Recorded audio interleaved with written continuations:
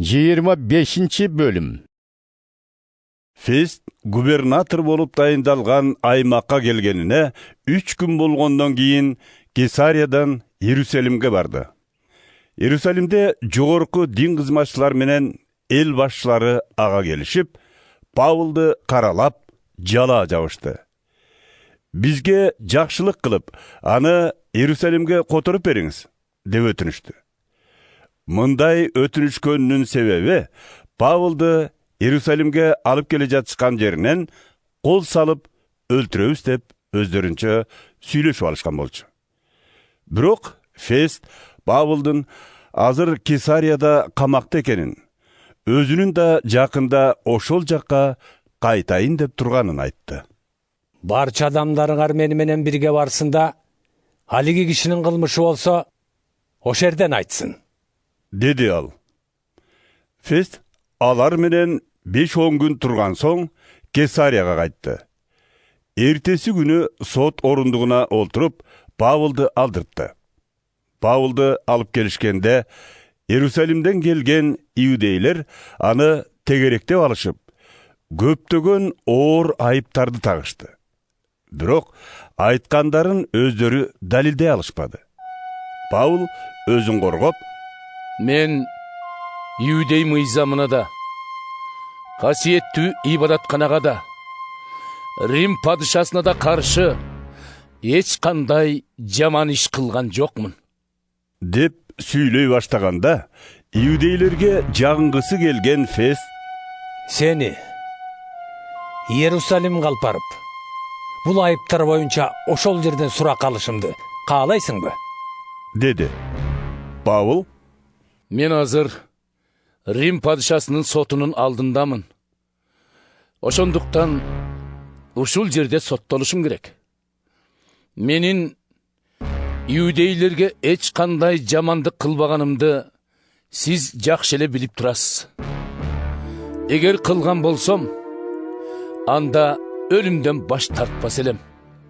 Бирок эгерде булардын мага койгон айыптары негизсиз болсо, анда мени эч ким алардын колуна салып бере албайт. Мен падышанын сотун талап кылам, деди. Фест кеңешчилери менен акылдашкан соң Павылга: Сен падышанын сотун талап кылдың. Ошондуктан падышанын алдына барасың, деди. Арадан бир нече ай өткөндө Фести куттуктап, падыша Агриппа карындашы Берника менен Кесарияга келди. Алар бир топ күн турганда падышага Фест Павылдын иши тууралуу айтып берди.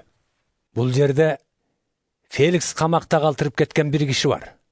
Мен Иерусалимде болгонумда, жогорку дин кызматчылары менен эл башчылары аны айыпташып, менден өлүмгө өкүм чыгарып берүүмдү суранышкан эле. Мен аларга Рим салты боюнча айыпталган адамды айыптоочулары менен бетме-бет сүйлөштүрбөй, жана коюлган айыптардан актанууга сөз бербей туруп, өлүмгө өкүм чыгарууга болбойт деп жооп бердим.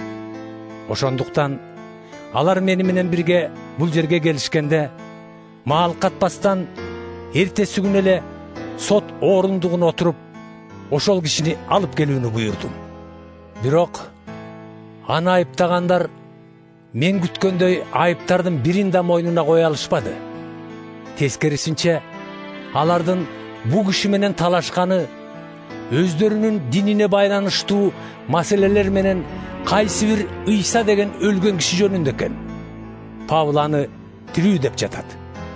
Мен бул маселени кантип чечишти биле албадым. Ошондуктан андан бул маселени Иерусалимге барып, ошол жактан чечсек кандай болот деп сурадым. Бирок ал өзүнүн маселесин падыша чечсин деп талап кылган соң, падышага жөнөткүчө аскерлерге кайтартып койдум.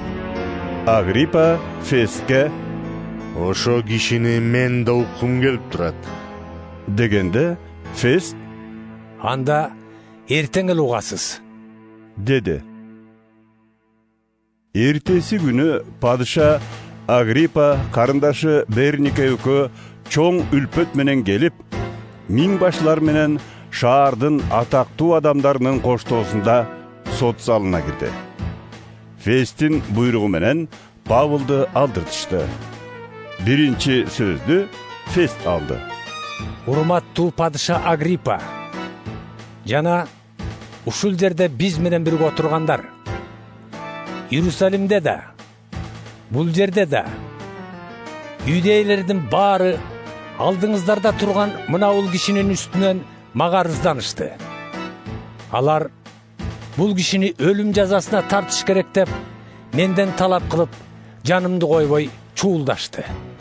Мен болсом андан өлүмгө кескендей айып таппадым. Бирок бул киши өзү Август падышанын сотун талап кылгандыктан аны ошого жиберүүнү чечтим. Ал эми улуу даражалуу өкүмдарга жаза турган бул кишиге байланыштуу маалымат менде азыр жок.